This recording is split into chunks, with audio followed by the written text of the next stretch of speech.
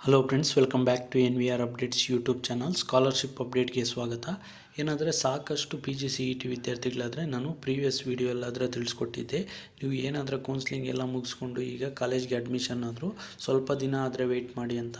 ಆದರೂ ಸಾಕಷ್ಟು ವಿದ್ಯಾರ್ಥಿಗಳಾದರೆ ಈಗಾಗಲೇ ಸ್ಕಾಲರ್ಶಿಪ್ಗೆ ಅಪ್ಲೈ ಮಾಡೋಕ್ಕೆ ಟ್ರೈ ಮಾಡಿ. ಹಾಗೆ ಲಾಸ್ಟ್ ಡೇಟ್ ಆದರೆ ಮುಗಿತಾ ಬರ್ತಿದೆ. ನಮಗೆ ಲಾಸ್ಟ್ ಡೇಟ್ ಯಾವಾಗ ಅಂತ ತಿಳಿಸ್ಕೊಡಿ. ಹಾಗೆ ನಮಗೆ ಕೌನ್ಸ್ಲಿಂಗ್ ನಂಬರು ಹಾಕಿದ್ರೆ ನಮಗೆ SSP ಸ್ಕಾಲರ್ಶಿಪ್ಗೆ ತಗೋತಿಲ್ಲ. ಸ್ಟೆಪ್ 2 ಅಲ್ಲಿ counselling data is not shared by KE ಅಂತ ಬರ್ತಿದೆ. SSP ಪೋರ್ಟಲ್ ಜೊತೆಗೆ KE ಡೇಟಾ ಆದರೆ ಶೇರ್ ಮಾಡಿಲ್ಲ ಅಂತ ತೋರಿಸ್ತಿದೆ ಅಂತ. ಹಾಗೆ ಕೆಲವೊಂದು ವಿದ್ಯಾರ್ಥಿಗಳಾದರೆ ನಮ್ಮದು ಸ್ಟೆಪ್ 2 ಅಲ್ಲಿ USN ಹಾಕಬೇಕಲ್ಲ, ನಾವೇನು ಮಾಡಬೇಕು ಅಂತ ಸಾಕಷ್ಟು ವಿದ್ಯಾರ್ಥಿಗಳಾದರೆ ಈ ರೀತಿ ಡೌಟ್ಸ್ ಆದರೆ ಕೇಳ್ತಾಯಿದ್ರು. ಲಾಸ್ಟ್ ಡೇಟ್ ಆದರೆ ಮತ್ತೆ ಎಕ್ಸ್ಟೆಂಡ್ ಮಾಡ್ತಾರೆ ಅಂತ.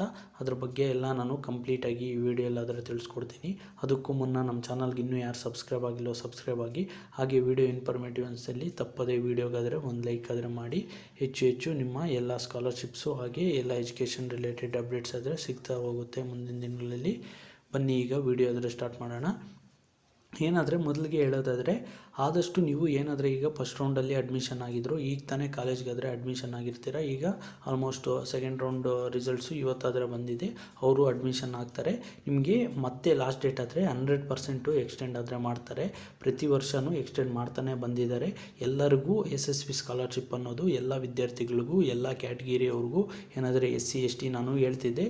ಆದರೂ ಕೆಲವೊಂದು ವಿದ್ಯಾರ್ಥಿಗಳಾದರೆ ಮೆಸೇಜ್ ಆಗ್ತಿದ್ರು, SC STಗೆ ನಾವು ಹೆಂಗೆ ಅಪ್ಲೈ ಮಾಡಬೇಕು, ಎಲ್ಲ ಅಪ್ಲೈ ಮಾಡಬೇಕು. ಹಾಗೆ OBC ವಿದ್ಯಾರ್ಥಿಗಳು, ಹಾಗೆ ಜನರಲ್ ಮೆರಿಟ್ ವಿದ್ಯಾರ್ಥಿಗಳು, ಈ ಥರ ಮೈನಾರಿಟಿ ಸಪ್ರೇಟಾಗಿ ಏನೂ ಇಲ್ಲ. ಎಲ್ಲ ಈ ರಾಜ್ಯ ವಿದ್ಯಾರ್ಥಿ ವೇತನ ತಂತ್ರಾಂಶ ಅಂತ SSP ಹಾಗೆ SHP ಅಂತ ಒಂದು ಹಾಸ್ಟೆಲ್ಗೆ ತಂದಿರೋದು.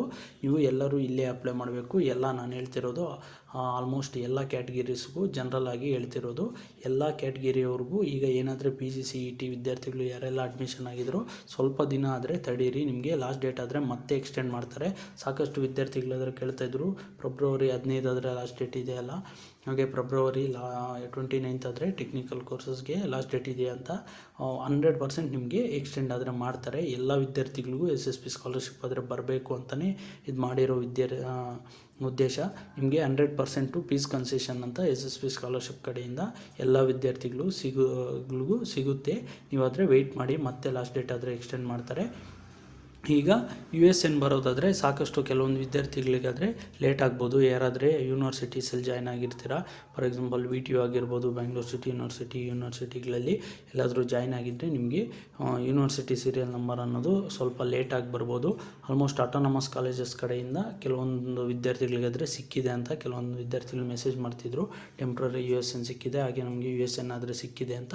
ಅಂಥ ವಿದ್ಯಾರ್ಥಿಗಳಿಗೂ ನಿಮಗೆ ಕೌನ್ಸ್ಲಿಂಗ್ ಡೇಟಾ ಆದರೆ KE ಕಡೆಯಿಂದ ನಿಮಗೆ SSP ಸ್ಕಾಲರ್ಶಿಪ್ಗೆ ಒಂದು ಲಿಂಕ್ ಆದರೆ ನಿಮ್ಮ ಡೇಟಾ ಆದರೆ ಬರಬೇಕಾಗುತ್ತೆ.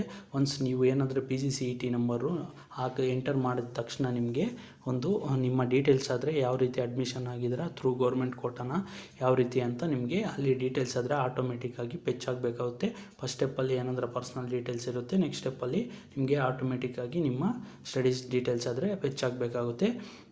ಈ ರೀತಿ ಏನಾದರೆ ನೀವು ಜಾಯ್ನಿಂಗ್ ರಿಪೋರ್ಟಲ್ಲಿ ಲಾಸ್ಟ್ ಟೈಮು ಯಾರೆಲ್ಲ ಫಸ್ಟ್ ರೌಂಡಲ್ಲೇ ಅಟೆಂಡ್ ಆಗಿ ಕಾಲೇಜ್ಗೆ ಅಡ್ಮಿಷನ್ ಆಗಿದ್ರು ಅವ್ರಿಗೆ ಗೊತ್ತಿರುತ್ತೆ. ಜಾಯ್ನಿಂಗ್ ರಿಪೋರ್ಟ್ ಕೊಡೋದು ಆಲ್ಮೋಸ್ಟ್ ಅದರ ಉದ್ದೇಶದಿಂದನೇ ಒಂದು KEಗೆ ಹಾಗೆ ಕಾಲೇಜ್ ಕಡೆಯಿಂದ ಅಡ್ಮಿಷನ್ಗೆ ಒಂದು ಬ್ರಿಡ್ಜ್ ಆಗಿ ವರ್ಕ್ ಆಗಲಿ. ಯಾವ ವಿದ್ಯಾರ್ಥಿಗಳು ಅಡ್ಮಿಷನ್ ಆಗಿದ್ದಾರೆ KE ಕಡೆಯಿಂದ ಅಂತ ಒಂದು ಕಾಂಟ್ಯಾಕ್ಟ್ ಆದರೆ ಎಸ್ಟಾಬ್ಲಿಷ್ ಮಾಡೋಕ್ಕೆ. ಅದರಲ್ಲೂ ಸಾಕಷ್ಟು ವಿದ್ಯಾರ್ಥಿಗಳಾದರೆ ಮಿಸ್ ಮಾಡಿದ್ದೀರಿ ಅಂತ ಮೆಸೇಜ್ ಮಾಡ್ತಿದ್ರು. ಇದು ಯಾರೆಲ್ಲ ಒಂದು ಕಾಲೇಜ್ ಜಾಯ್ನಿಂಗ್ ರಿಪೋರ್ಟಿಂಗ್ ಎಲ್ಲ ಪ್ರಾಬ್ಲಮ್ ಮಾಡ್ಕೊಂಡಿದ್ರು ವರಿ ಆಗೋಗಿತ್ವಿಲ್ಲ, ಏನು ಪ್ರಾಬ್ಲಮ್ ಇಲ್ಲ.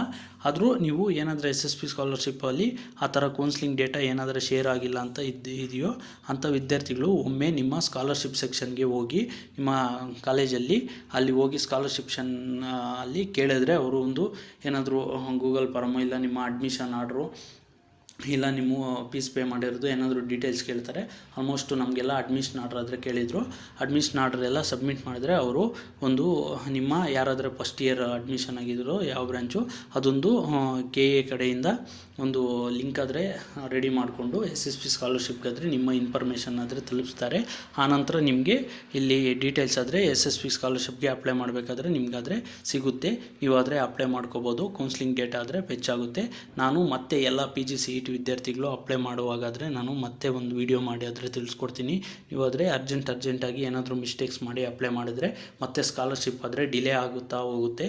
ಬರಲ್ಲ ಅಂತ ಹೇಳ್ತಿಲ್ಲ ನಾನು, ಡಿಲೇ ಆಗುತ್ತೆ, ಲೇಟ್ ಮಾಡ್ತಾರೆ.